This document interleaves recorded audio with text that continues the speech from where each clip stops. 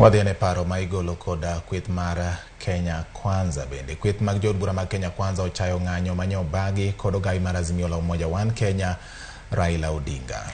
Koram ga jang kweth no opo bila kuom tich mar ngayo ng'anyo kendo go koro gikone Raila mondo me owetiyo kod rawere ma ketho mwandu.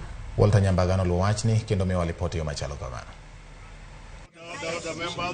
Kagiloso kod ute mag familiare mar od bura mamalo e kweth jo od bura ma Kenya Kwanza opoyo bila kuom tich manyogi timo mar gayo ng'anyo kendo neno ni mwandu mag jopiny oko kethore dier boma Nairobi. And as we commend the police for the very good work that they did yesterday, we want to ask them today that they must hold people to account for the anarchy yesterday, for the massive looting of property and destruction of property.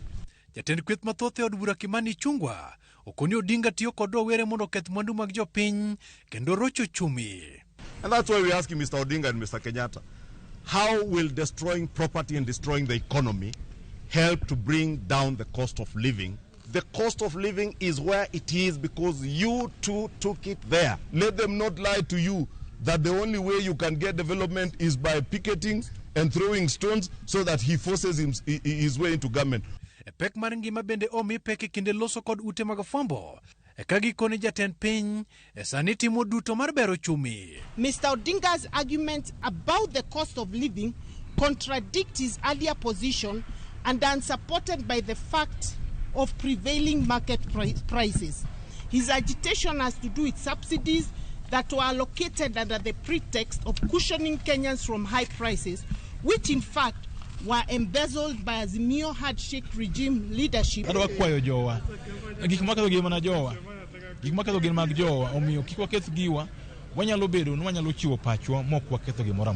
Jagoro mar UDA Cleophas Malala okonegi sendiko ne apisi mandiko duond buche mag siasa mondo son duond bura mar ODM e chulo lal manyo UDA oyudo Kisumu.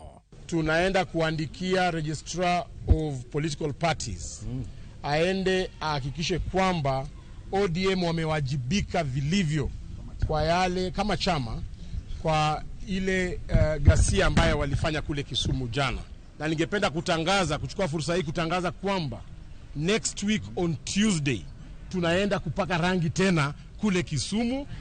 Mati mrekinde ma jotend UDA gwenge ma Kisumu okwedo kethruok mag mwandu manyogi nene apisgi to kod kuonde mamoko Kisumu. Nyogi kao gimora mora, nyogi destroy mtokni, gikao pesa, gikao computers, gikao gik mang'eny, nyaka kata chiemo gini manyo watedo gikao. Ka gidwa ketho kae mondo ofis kik bedi. Ok wanyal bedo ni ofis ok bed ka to offices mag ODM to nitie Bomet, offices mag ODM nitie Kericho, nitie Eldoret, Kiambu, Embu and everywhere. Let them remove their offices, gi goal offices gi mondo giwach ni koro offices mag jomoko ok bedi. Kidono mano otang'nwa nyoro ka gi jogo mane timo ng'anyo nyoro ok en gino moro maber kabisa. Ka wang'i ofiswa kane giketo gik moko kendo gikwalo maginyalo kwalo nyaka okombe mege jikon ne giting'o magidhi godo. Koro okaelewa ni mane peaceful demonstration mane Raila luongo ni ji otim.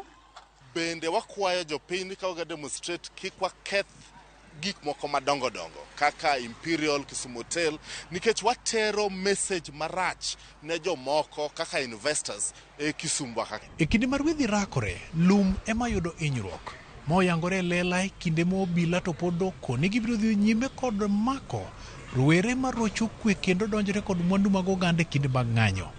Walter Nyambaga, Ramogi TV, eliere mar od bura Nairobi.